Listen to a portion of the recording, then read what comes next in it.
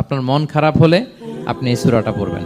আমাদের এরকম অনেক সময় হয় না যে হতাশ, দেয়ালে পিঠ ঠেকে গেছে, কোনো বের হওয়ার রাস্তা নাই, কই যাব, কোথাও সফলতা নাই, সবাই আমাকে ভুল বুঝতেছে, এরকম মাঝে মাঝে হয় না? আমাদের সবার লাইফে আপস এন্ড ডাউনস আছে। আপনি যখন ভারাক্রান্ত হবেন, কষ্টে থাকবেন, এই সূরাটা পড়বেন, দেখবেন যে আপনার ডিপ্রেশন দূর হয়ে গেছে।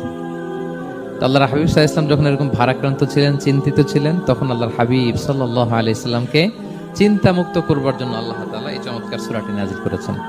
আল্লাহ নাজিল করলেন, আউযু বিল্লাহি মিনাশ শাইতানির রাজিম, বিসমিল্লাহির রাহমানির রহিম, ওয়াদ-দুহা ওয়াল-লাইলি ইযা সাজা মা ওয়াদ্দাআকা রাব্বুকা ওয়া মা ক্বালা ওয়ালাল আখিরাতু খায়রুল লাকা মিনাল উলা ওয়ালা সাউফা ইউতিকা রাব্বুকা ফাতারদা।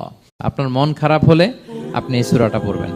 আমাদের এরকম অনেক সময় হয় না যে হতাশ, দেয়ালে পিঠ ঠেকে গেছে, কোনো বের হওয়ার রাস্তা নাই, কই যাব, কোথাও সফলতা নাই, সবাই আমাকে ভুল বুঝতেছে, এরকম মাঝে মাঝে হয় না? আমাদের সবার লাইফে আপস এন্ড ডাউনস আছে। আপনি যখন ভারাক্রান্ত হবেন, কষ্টে থাকবেন, এই সূরাটা পড়বেন, দেখবেন যে আপনার ডিপ্রেশন দূর হয়ে গেছে। তো আল্লাহর হাবিব সাল্লাল্লাহু আলাইহি ওয়াসাল্লাম যখন এরকম ভারাক্রান্ত ছিলেন, চিন্তিত ছিলেন, তখন আল্লাহর হাবিব সাল্লাল্লাহু আলাইহি সাল্লামকে চিন্তামুক্ত করবার জন্য আল্লাহ তাআলা এই চমৎকার সূরাটি নাজিল করেছেন। আল্লাহ নাজিল করলেন, আউযু বিল্লাহি মিনাশ শাইতানির রাজিম, বিসমিল্লাহির রাহমানির রহিম, ওয়াদ-দুহা ওয়াল-লাইলি ইযা সাজা মা ওয়াদ্দাআকা রাব্বুকা ওয়া মা ক্বালা ওয়ালাল আখিরাতু খায়রুল লাকা মিনাল উলা ওয়ালা সাউফা ইউতিকা রাব্বুকা ফাতারদা।